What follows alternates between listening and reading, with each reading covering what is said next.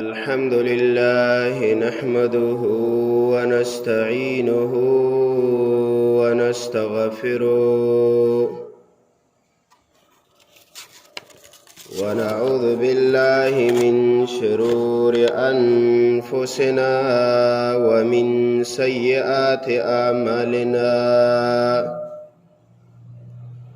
من يهده الله فلا مضل له ومن يضلله فلا هادي له وأشهد أن لا إله إلا الله وحده لا شريك له وأشهد أن سيدنا وحبيبنا محمدا عبده ورسوله صلى الله تعالى عليه وعلى آله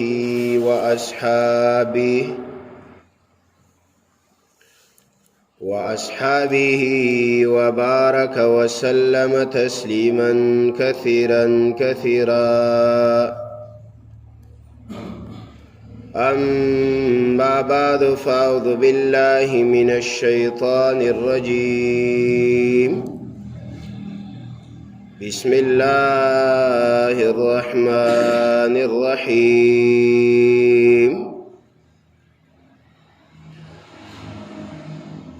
الذين ضل سعيهم في الحياة الدنيا وهم يحسبون أنهم يحسنون صنعا وقال النبي صلى الله عليه وسلم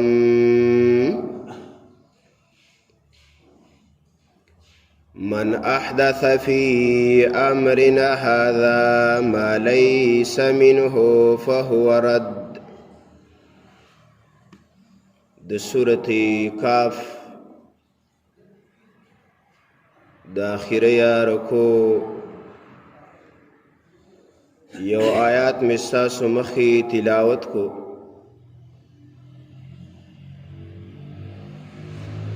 او د رسول الله صلی الله علیه وسلم حدیث مبارک چې دا غیا روایت نقل د عائشہ رضی الله تعالی عنها نشوي دي او امام بخاری رحمه الله په خپل کتاب کې د حدیث مبارک راوړی دی. هغه مساسو وړاندې اولستلو دا میاشته دیتا ربیع الاول وی په اسلامیه میاشتو کې د دې نوم دی ربیع الاول. په هر میاشت کې په هر دور په هر زمانه کې زمنګا او استاسو دا کما دین چې محمد رسول الله صلی الله علیه وسلم مونږ ته راوړی دی په دې کې خلک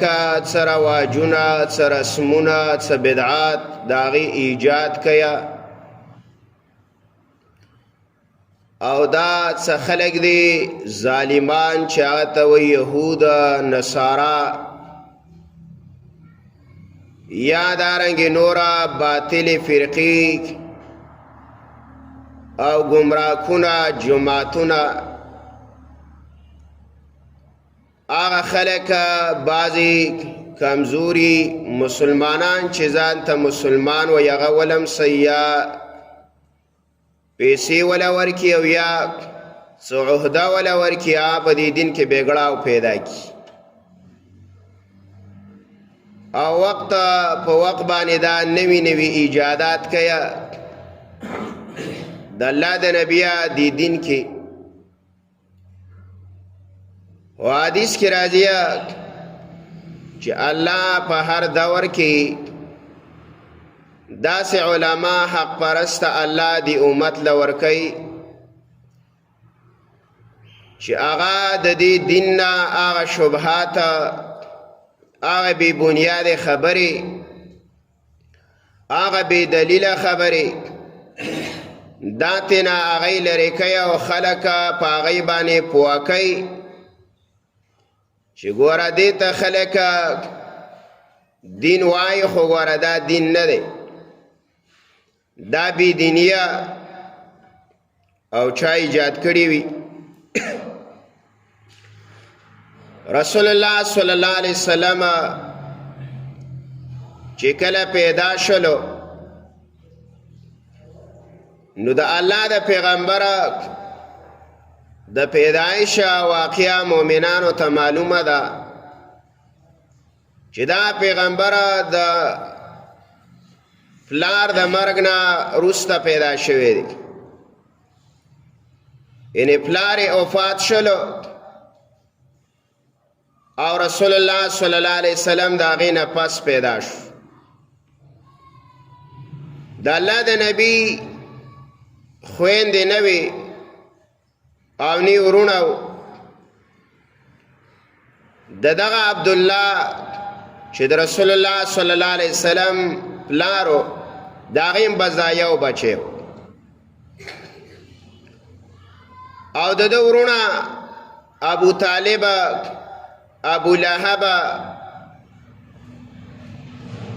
او دارنګې د الله د نبی نیکه عبدالمطلب دا به د الله په پیغمبر باندې ډیر زیات خفه کېدو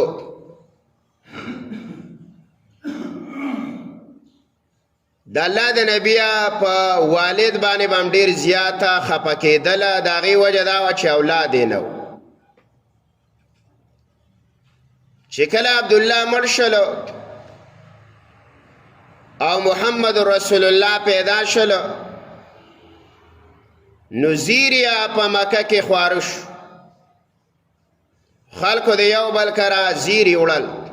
او دا عادت دی چې چا کره ماشوم پیدا شي په دې خلک خوشحالیږي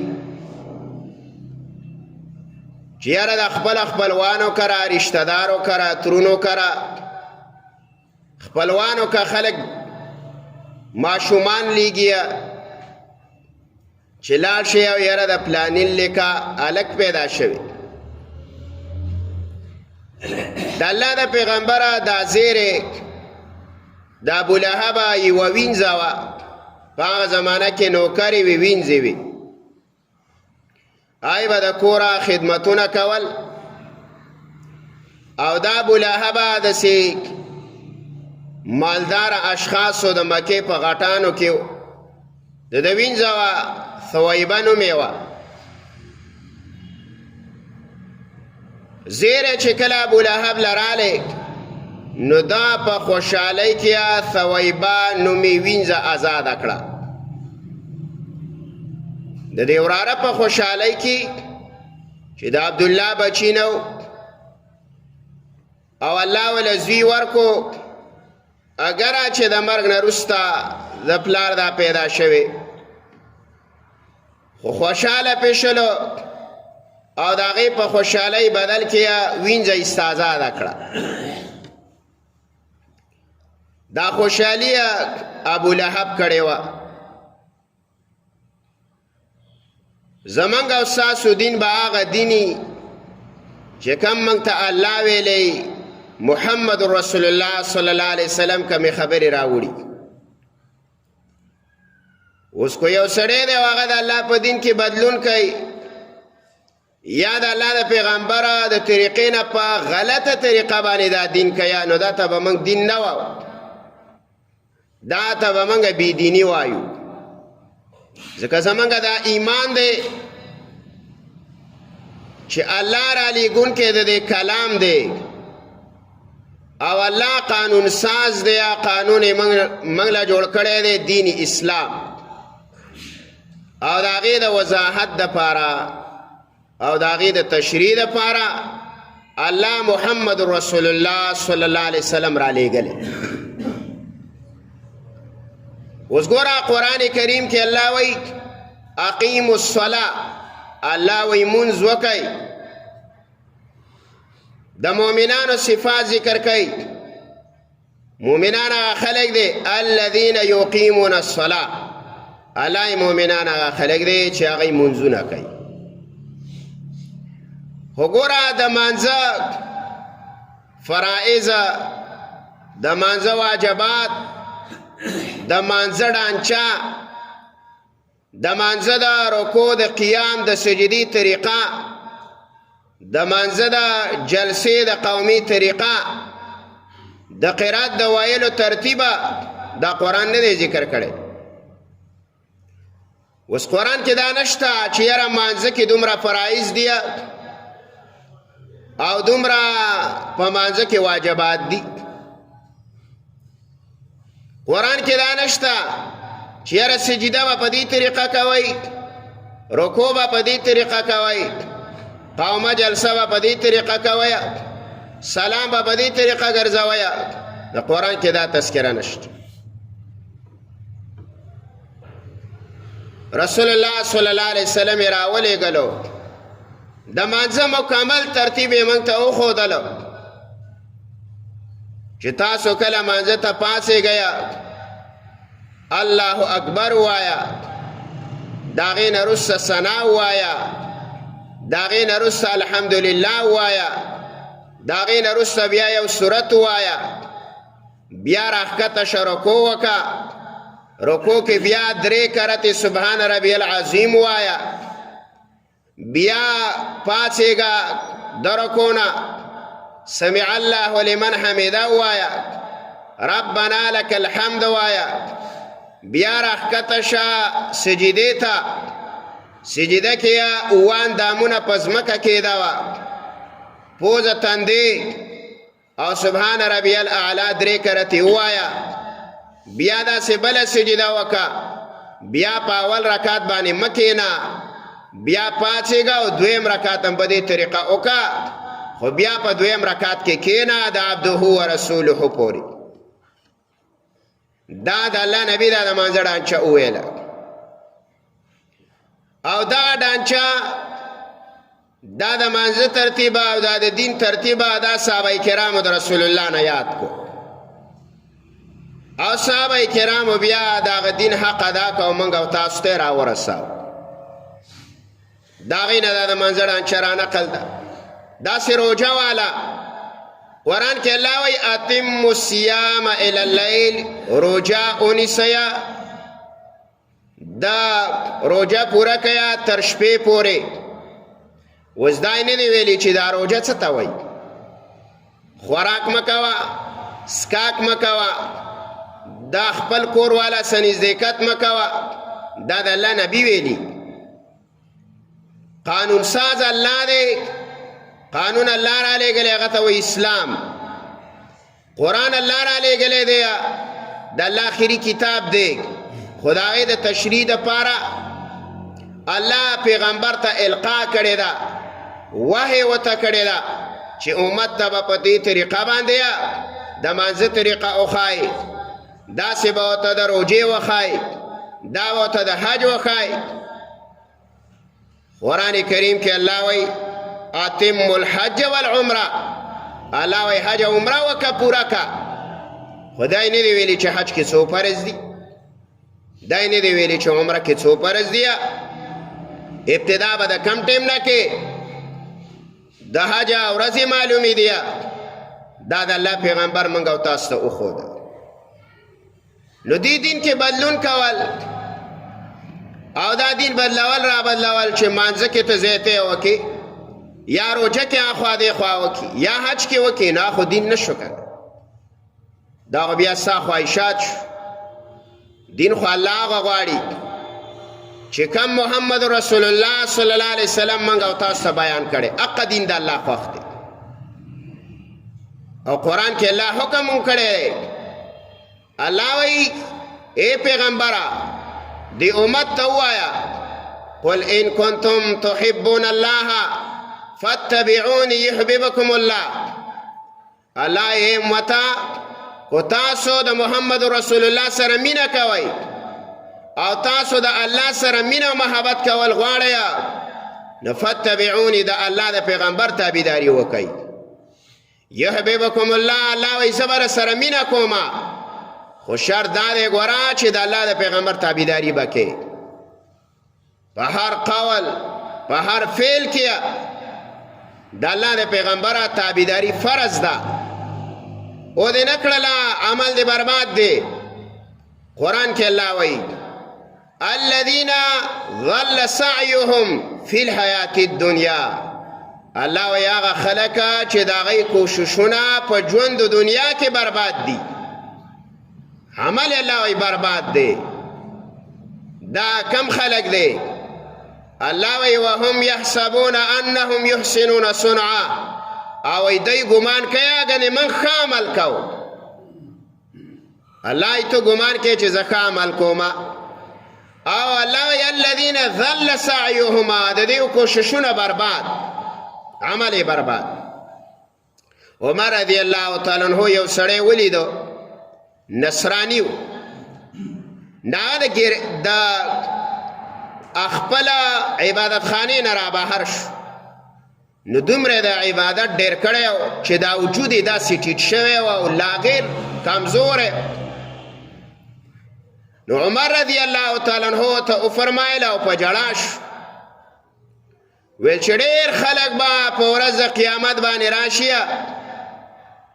او دوی به عبادتونه کړي او ستړي به یا خو د دوی عبادت به د الله په نزد باندې تباه او بربادي هېڅ عبادت به نه اوس وګوره دا سړی عبادت کوي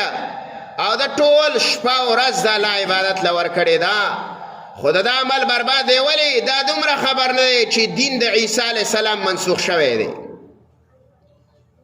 او د عیسی علیه السلام د دین تابعداریه دا منسوخه شوې ده او دا اوس هم د ځان نه پیر جوړ کړی دی او ځان له عبادت خانه جوړه کړې ده او اوس هم د عیسی علیه السلام په طریقه باندې عبادت کوي حدیث کې راځي یو سړی به راشي د قیامت په ورځ باندې به 80 کاله عبادت کړی 80 کاله او د یو عبادت به قابل قبول نه یا ولې د طریقه به غلطه ځکه عبادت خو الله هغه شانتې غواړي څنګه چې د الله رسول موږ ته ښودلی لکه د الله نبي ویه چې کله نمر پرېوتلو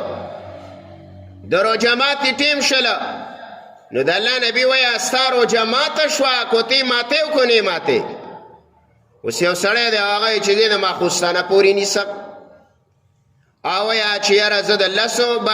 لس بجې به روژه ماتم نو دا خو څه ثوابي کار نه دی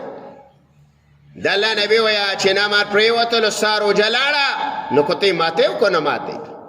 ځان له به تکلیف ورکوي نو طریقه په هر عبادت کې د الله د رسول غوره معتبره ده نه د یو عالم خبره نه د یو مفتی خبره نه د یو مشر خبره نه د الله د رسول خبره په عباداتو کې چې موږ ته وایي دومره برکاتونه کوئ په دې طریقه به کوئ په دې اوقاتو به کوئ په دې ټیمونه به کوئ د هغې نه هټ کر موږ د ځانه ولا اوقات جوړو یا ولا تعداد جوړو یا ولا کیفیت جوړو نو دا به مردودي عائشہ به وی رضی الله عنها بخاری کې روایت چې رسول الله صلی الله علیه وسلم فرمایل من احدث فی امرنا هذا ما ليس منه فهو ردنا چا چې زمونږه په دین کې د ځانه ایجادات وکړله او هغه د دین حصه نه وه او ما ورته نه وښودلیا نو دغه عمل د دې زما امتي برباد دی چې ما تا ته نه دي ویلیا او د الله نبي ته طریقه نه ده ښودلې او تعداد یې درته نه دی ښودلی او تا هغه طریقه باندې عبادت کې د ځانه او د ځانه ایجادات کې نو د الله نبي وایي د عمل دی برباد دی فهو ردنا دا مردود دی د الله نبي وایي بخاري کې روایت نو دا میاش دې ته ربیع الاول وایي دا دومره خبره ما دې له وکړله چې په محرم کې روافضو شیعو هغه د ځانه ایجادات کړي. کله میلاد حسین دی، کله میلاد حسن دی، او څوک میلاد عباس دی، څوک ټاکلی میلاد فاطمه ده، څوک ویا میلاد النبی دی، دا ایجادات یې ټاکلي. 15 میلاد دا په عراق کې کیږي، 15 میلادونه. د فاطمه میلاد ځان لکیږي، د حسن میلاد ځان لکیږي، د حسین میلاد ځان لکیږي، د رسول الله صلی الله علیه وسلم میلاد ځان لکیږي، د عباس او د علی میلاد ځان لکیږي. هر زمانه کې هر دور کې دا ایجادات دي د ځانه. کو میلاد شرط په دین کې وي، منگ تا با اللہ پا قرآن کی دا عید میلاد النبی حکم کڑے وے. کو میلاد پا دین اسلام کے وے نو دا اللہ دا پیغمبر دا تاریخ دا پیدائش پا پیدائش دا اللہ دا نبی پا جون بچو کرا تراغلے. دریش پیتا کالا جون دے تیر کڑے، باقی 53 کالا پا مکہ کی تیر شوی دیا، چا میلاد نہ دے کڑے. 10 کالا پا مدینہ منورہ کیا، چا میلاد نہ دے کڑے. او بیاد آغین رستا 2.5 کالا خلافت ابو بکر صدیق کو آ میلاد نہ دے کڑے. بیاد آغین رستا 10.5 کالا عمر فاروق کو چا میلاد نہ دے کڑے. بیاد آغین پس عثمان میلاد نہ دے شوی. بیاد آغین رستا علی میلاد نہ دے شوی. او بیا دا غین رس تابعین عمر ابن عبدالعزیز رحمه الله، دا سلیل کبرا صحابہ، دا سلیل کبرا تابعین، الویل علماء محدثین، امام بخاری، امام مسلم، امام ترمیزیہ، ابن ماجہ، او دارنگ صاحب دا مشکات، او دا سروالا امام نسائی، امام ابو داود، او داس نورا محدثین پا لکاو کروڑاو چا عید میلاد النبی ندے مناو کرے. کو دین وے او دا اسلام کے دے سے ثواب وے نو آیا منگا دا اللہ دا پیغمبر سر دیر با محبتی کو دا صحابہ کرامو آغای با دیر دا اللہ دا رسول پا پیدایش خوشحالا کو منگا دیتا ایجادات ہوئی، دیتا بدعات ہوئی. دا اللہ دا نبی آغا صحیح طریقہ دا امت نو رکول دی چه بدے خرافاتو کے خلق اختا کی. دا خو پا 604 ہجری کی صحابہ کرام رضی اللہ عنہم اجمعین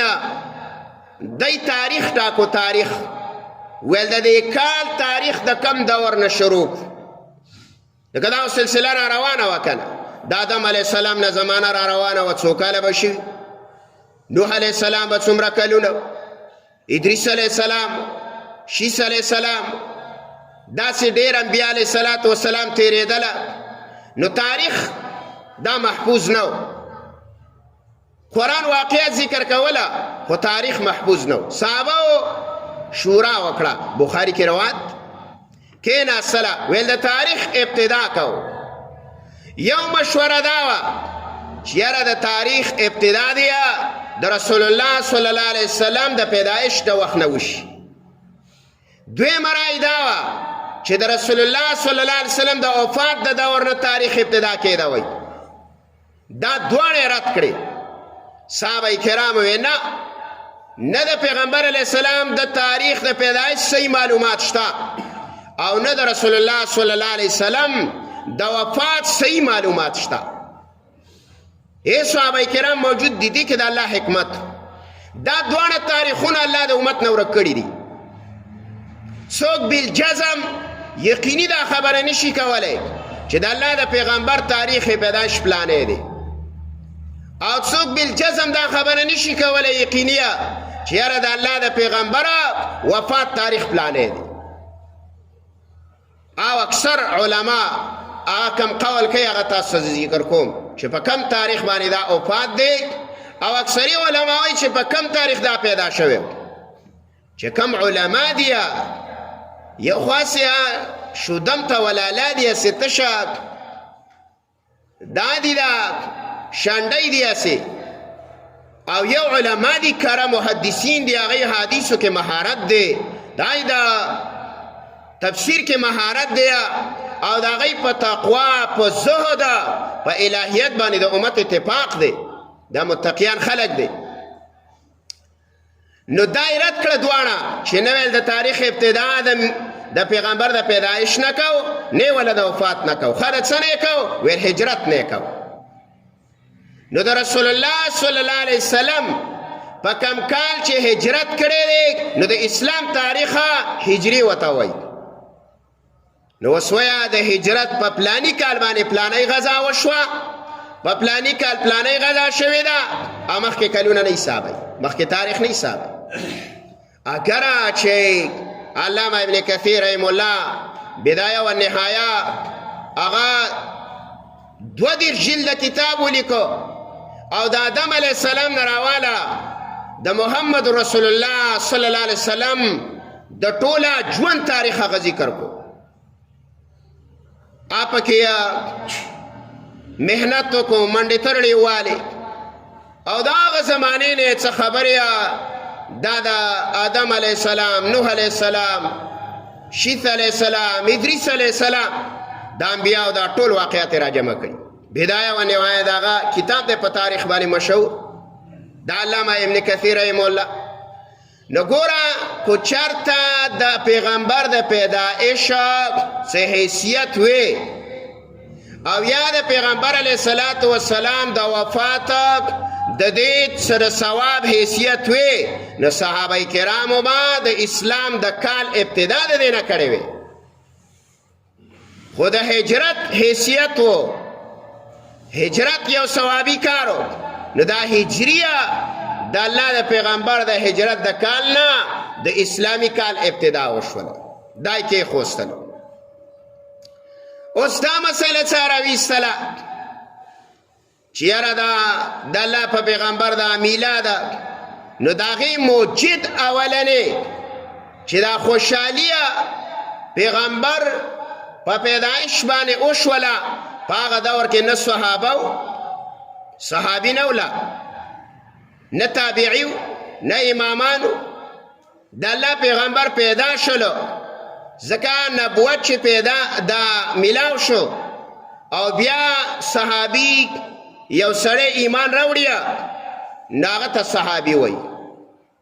او چې پیغمبر پیدا شل هغه وخت کې صحابي نه و نو میلاد چا کړی وی نو میلاد ابولهب وکړو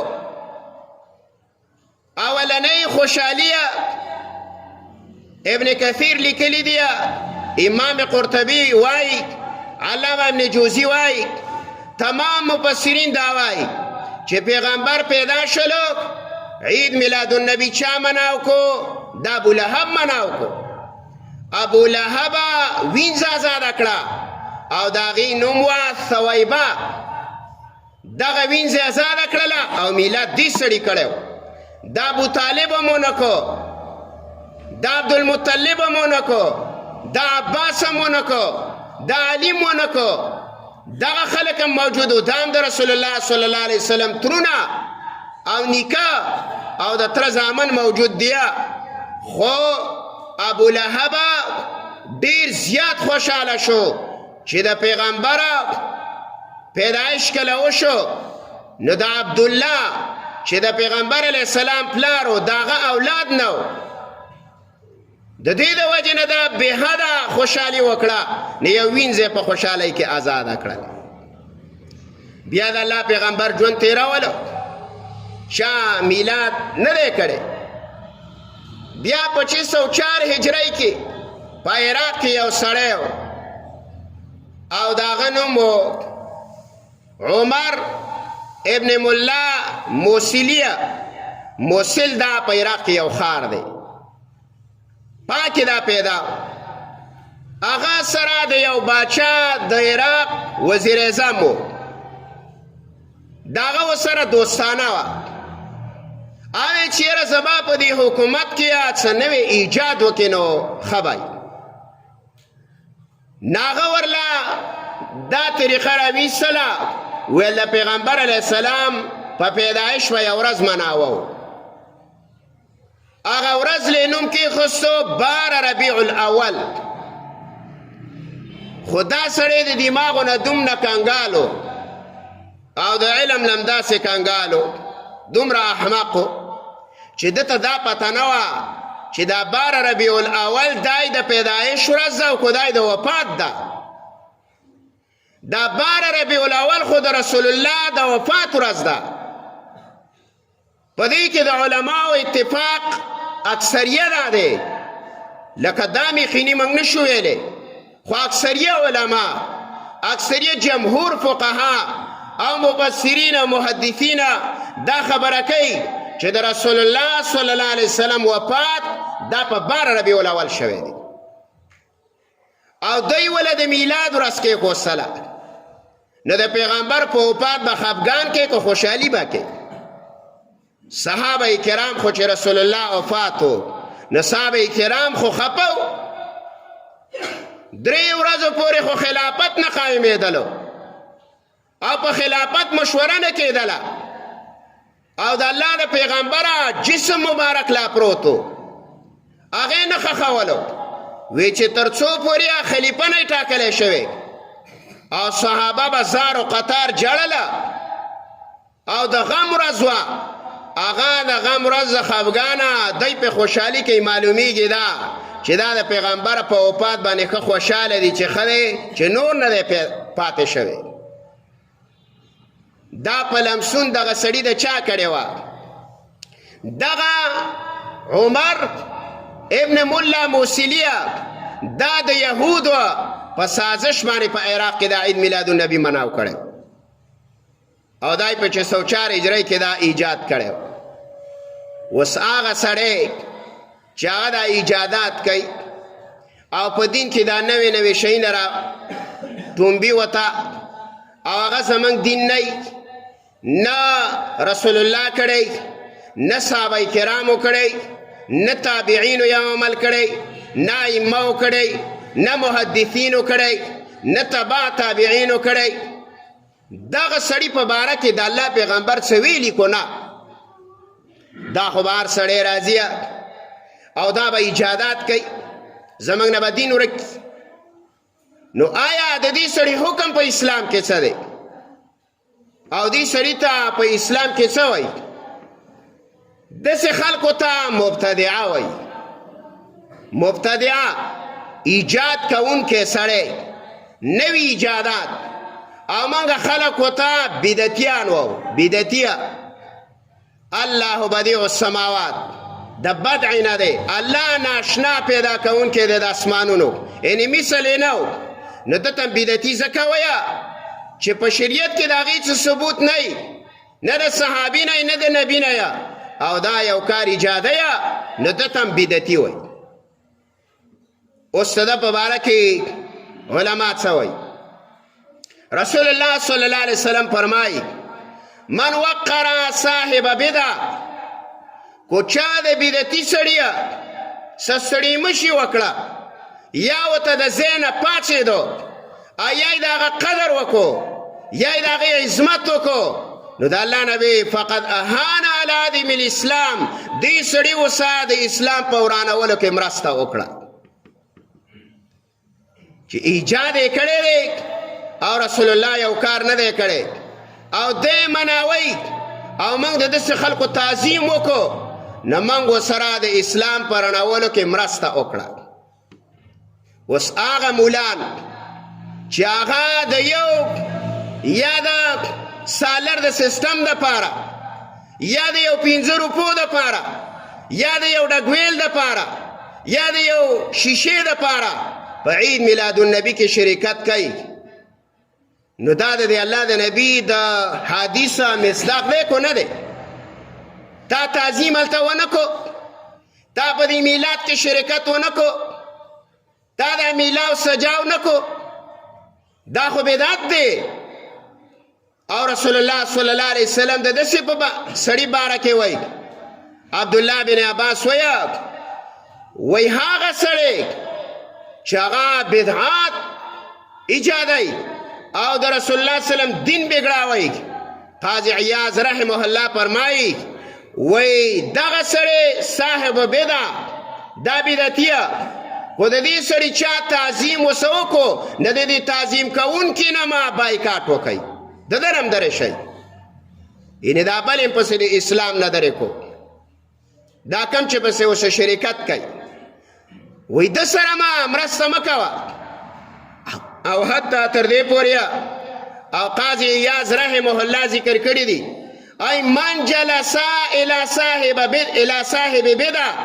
کو کم سړی د دې بدعتیانو سره کیناستو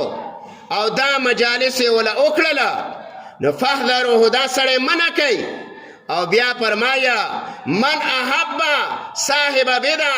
کو چا د بدعتي سره مینه او محبت اظهار وکړو نو احبط الله عمله الله به د ټول عبادتونه برباد کی. اجونه دې د منځه لاړ عمرې او منځونه دې د منځه لاړ علم دې د منځه لاړ خو چېرته دې په دې چیز کې شرکت کړی او په دې کې ناست وي او د هغې تقاریر دې کول. اوس ډېر خلک دا وی یاره دومره سختی وی نه ده پکار دا محمد رسول الله کړې ده دا سختی دا دین نه د چا د پلار دی او نه د چا څه خانداني چیز دی او نه چاته په میراث کې پاتې کیږي. دا دین الله را لېږلی دی او د هغې د تشریح دپاره محمد رسول الله را لېږلی او د الله نبي وایي چې زما د تشریح نه زما د طریقې نه هټ کر یو سړی یو لاره اختیاروي نو دا سړی عمل برباد دی. او حتی تر دې پورې قاضي عیاض رحمه الله وایي چې کله یو سړی مبتدع دی او دا دله په لاره باندې رالی په لاره وایي په خدا طریقا آخر بله لاره اختیار کو ګوره په دې لاره هم مزه کو داسې سړی رالی چې هغه بدعات کوي رسومات او رواجونه کوي او هغه ته دین وایه نو وایي په دې لاره مسلمانه ګوره لا نه شي ولا یرتفع او نه وایي بدعتي چې رالی نو وایي د مجلس نه پانڅېږي مجلس کې کښېنه د تعظیم به نه کې. رسول الله صلی الله علیه وسلم فرمایي داسې سړی چې هغه په دین کې ایجادات کوي او دله چا خور لور ورکړه نو د الله نبي وایي دا صلې رحمي د الله کټ کړه. الله وایي د ده نه ځان وساته د الله نبي وایي ځان ترې نه وساته او رسول الله وایي ته له خور لور ورکې. او بل روایت کې راځي رسول الله سلام فرمایي بدعتیه اهل بدع کلاب اهل النار دا به د جهنمیانو سپي آته سپی ویلی دی او ته ورسه رشته کې او ته ورسه مجالسو کې کښېنې او په دین په رڼولو کې ورسه مدد کې دا ایجادات دي د دې نه ځان ساته. تقریبا 12 وجوهاته دا رسول الله صلی الله علیه وسلم د دې خلکو ذکر کړي دي. رشته ورسه ونه کړه مونځ ورسه ونه کړه تعظیم وله ونه کړه په لاره ملګری لا نه شیه مجلس کې ورسه کښېنلې چېرته ورته راپا نه سیه ستړي مشي ورته ونه ویه رشته ورسه قایمه نه کړه دا د الله پیغمبر حدیثو مبارکو کې ویلي ایجاد یې کړی د الله نبي وایي. نو 12 ربیع الاوله دا د پیغمبر وفات دی ښه دې باندې ځان پویه کوي. دا خبره تمام علماو کړې ده تمامو. دا میلاد نه دی دا پیدایش نه دی پیدایش د رسول الله په کم تاریخ دی د رسول الله صلی الله علیه وسلم تاریخ پیدایش مکمل ورک دی دا مجهول دی دا تاریخ علماو نه دی راوړی او په عمر یې وله حساب کړی اسلامي ورځې حساب کړي 3 کاله باندې حساب کړی د هغې نه رایستلی دی 8 ربیع الاول چې پیغمبر پیدا شو نو 8 ربیع الاول او چې رسول الله وفات شو نو 12 ربیع الاول. او دویم قول دا دی چې رسول الله صلی الله علیه وسلم پیدا شو نو هغه 9 ربیع الاول او چې پیغمبر وفات شو نو 12 ربیع الاول. په دې 12 کې اکثریه خلک قول کوي چې دا وفات دی په دې کې دومره اختلاف نه وي او په دې پیدایش کې اختلاف دی. دا 12 د هیچا په نظم نه دی دا 12 ربیع الاول د پیغمبر د پیدایش په امت کې د چا قول هم نشته دا هغه خلکو د ځانه هغه باچاهانو چې هغې به د ځان دپاره بس دا مولان درباریان راوستله او هغې ته به نظمونه نعتونه ویل او مجالس به جوړوله او بیا پاکې پروګرامونه کول او علما به یې راوستله او د یو مشر صفته او بیا د بل صیب صفته او بیا پکې د بل صفته او بیا به پکې یو نظم وه او اخره به کې حلوا وخوړل او خواره به شو. دا به دې له راوسته. د دې خو چې اسلام کې څه حیثیت نه وي کوې چېرته امام بخاري به په دې باب ایښی وي. دا دومره حدیث امام بخاري راوړه نو د عین میلادالنبي پکې ولې نه راوړ چې دا د استنجا طریقه تا ته ښیي او مستحبات عمل تا ته ښیي چې اودس به د کوم طرفه شروع کې د ښي طرف استنجا ته به کوم طرف ته کښېنیا په کوم لاس به اودس وچیا په کوم لاس به پوزه پاکیا چې دا مسلې ته راوړي نو دا دومره اهمه مسله د امام بخاري نه پاتې شوه د امام مسلم نه پاتې شوه د امام ترمیزي نه پاتې شوه د ابو داود نه پاتې شوه د نسائی نه پاتې شوه د ابن ماجه نه پاتې شوه د صاحب مشکات نه پاتې شوه دا نور محدثین په لکاو حدیث چې امام بخاري دا بخاري لیکو نو دته 2 لک حدیث په عین ټیم دغه وخت یادو او دته دا 15000 حدیث راچان کړه. داسې امام ابو زرعه چې د امام بخاري استاد 15 لک حدیث ورته یادو نو په دې کې دومره د میلاد حدیث نه یو دانم پکې نه ضعیف هم پکې نه چې یو کمزوری روایت یو د صحابي قول هم پکې نه چې یو صحابي پکې یو قول کړی چې عید میلاد النبي په باره مناوه او یو که ادنا صحابي چې هغه د رسول الله سره 10 میټه ژوند تیر کړی یا د یو امام یو کمزوری امام چې هغه ښکته درجې والا او دومره لوی پایه والا هم نه او علم هم دومره نه نو د دم پکې دومره قول نه دا خو سازشي دا خو زمونږ نه دین ورکوي په دې ورځ باندې خپل عبادت پکار دی و د الله د نبي سره د مینه یا د رسول الله په سنتو ځان برابر کا د الله د پیغمبر جسم داغه چې کوم هیئت او کیفیت او ډانچه وه هغه جوړه کا او دارنګې د پیغمبر علیه الصلاة والسلام په طریقه د کاروبار کا ژوند دی کا زمینداره دی کا اهل ویال دی کور دی په دې زور لګول پکار دی په دې زور نه دی لګول پکار چې یاره مولان هم پکې شرکت کوه او امیان هم پکې شرکت کوه څه چلی لکه عید میلاد النبي دی او ظالمه خبر نه دا خو ته په وفات خوشحالي کې او ته غلطه کې او دا خو سازش یهودو موږ له راچلی و ځکه چې کله هغه سړی چې دا ایجادات به کول او حدیث وې زموږ په حدیثو کې نه نیستله نو هغه سړی ونیو او کله چې سر وه نو هغه ته وویله ویل 15000 حدیث مې ملوث په کتابونو کې لیکلي 5000 حدیث ویل دا مې په کتابونو کې لیکلي دي د یهودو په لمسون باندې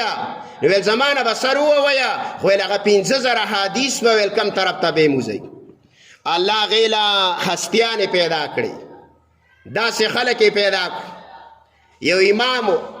په سترګو باندې ړونو او هغه ته یو سړي 20 حدیث ویل په یادو باندې هغه ته ویل دا 10 دی حدیث دی او ویل دا 10 دی د الله په پیغمبر دروغ وتړل دا داسې عربي جوړه کړې حدیث نه دی نو هغه نه تپوس شو ویل تا ته څنګه پته ولګېده چې دا 10 الله د رسول حدیث دی او دا 10 دروغ ویله حالانکې ته خو په سترګو ړوند دی د کتاب نه ګورې او کور کې دلته ناست هغه وی ما د حدیثو دومره خدمت کړی دی چې کله دا قال رسول الله وی چې قال رسول الله چې رسول الله دا وینا کړي د خولې نه خوشبي راځي او چې کله دا وایي چې قال رسول الله او رسول الله نه ویلي نو د خولې نه بدبوی راځي نو ما ته پته ولګېدله چې دا 10 حدیث دی حدیث رسول الله دی او دا 10 حدیث دی د ځانه جوړ کړي چې راپاڅېد ویل قسم په الله دغه کار مې کړی چې 10 مې د ځانه ایجادات کړي او دا 10 مې د محمد رسول الله حدیث جوړ راوړي او دا مې ګډ وډ کړله ګډ وډ مې کړه امام بخاري رحمه الله ته یو 100 حدیثه دا یې ورته وران کړه وران لکه داسې ورته وران کړه چې صحابي به د دې حدیث ابي هريره دی به ویل موږ ته عبدالله بن عمر بیان کړی دا حدیث چې عبدالله بن عمر به د حدیث راوي ویل موږ ته ابوبکر صدیق بیان کړی چې ابوبکر صدیق به راوي ویل موږ ته دا معاذ بن جبل دا حدیث بیان کړي دا حدیث وته ګډ وډ کړ چې کله وته ویله لس یو ویل لس بل ویل لس بل ویل سل حدیث پوره کړو لس کسان امام بخاری ویل درس خلاص علاقه ته تلو استقبال ته خلق را ټول شوی ویل حدیث خلاص که ویل ویل دا ټول حدیث غلط دی د دې حدیث راوی ویل دا دی د دې لسو حدیثو راویان دا دی د دې لسو دا دی د دې لسو د سلو حدیثو راویان یې ولا کراو برابر کړه داسې هستی الله پیدا کړی د دین نه دا غبن دا ایجادات دا رسومات دا هر دور کې راځي دا به الله ختمه یا خو موږ او تاسو به د هغې اتباع نه کوو موږ به د صحیح علماونه چا د دربار الواته پروت نه او یا په یوه شیشه ایمان خرڅوي او یا په یو ډګویل ایمان خرڅوي نه نه چا کره مولای عالمي او هغه کې د الله او د رسول الله اتباعي او کم علمې ویلې انما یخشى الله من عباده العلماء الله وی زمانه په تمام بندگانو کې صرف عالم یریږي نو عالم ویلې کنه الوا والا خو نه دی ویلې او نه درباري ویلې عالم ویلې عالم چاته وای چې هغه الله پیژني او محمد رسول الله پیژني هغه خبره ته کوي چې تا په دې دین باندې پوهه کیا چې د مانځه طریقه دې دا ده د حج دې دا ده د زکات دې دا ده د ذمہداري دې دا ده د کاروبار دې دا ده د پیغمبر طریقه دا ده د غیرو طریقه دا ده په دې باندې دې پوهه کی اسدا چې سال یوا او ما خام بلا دا خو دې ډیر شی تیر شوی نه الله دې منګ او تاسو د هغه طرقونه محفوظ ساتي کم چې مخالفینو د پیغمبر خلاف ایجاد کړي دي او د هغې مرسته نه د الله وساتي هغه دین چې محمد رسول الله پات کېدله صحابه ته ویل پرې مې ښودی علی ملت البیضاء داسې دین مې درته پرېښوسته لکه تک سپینه لیلها کنهارها ویل شپې داسې ده لکه ورځ هېڅ هم پکې نشته کو مړی کېږي راواله حدیث مبارک رسول الله مړی په څه طریقه ښخ کړی نه پکې زه څه شم ویلی نه پکې بل خاکو مړی کیږي کو خخیږي په څه طریقه به یې خښو دارنګې که واده کیه د الله د پیغمبر ودونه پراته دي د صحابه کرامو ودونه شته نو دین ټول محفوظ دی دا محفوظ دی زما او ستا کمی دی چې ما ورته د الله د دین نه ځان نه خبرو او بعضې هغه علما چې په ځان باندې الله هم دې ماف کړي د دیوبند ټاپه لګوي د دیوبند تمام علما دې ته بدعات وایي اصل الفتاوا کتاب النوازل فتاوی محمودیه دا تمام غټ کتابونه چې د دیوبند علماو لیکلي دي علامه قاسم نانوتوی رحم الله او محمد سلمان منصور فوری رحم الله دا تمام فتاوی والا وایي چې دا شیز ایجاده دا بدعت دی د دې نه څه وکئ په دې وخت کې ځان دا وساتئ الله دې د عمل کولو توفیق راکړي ربنا تقبل منا انك انت السميع العليم وتب علينا انك انت التواب الرحيم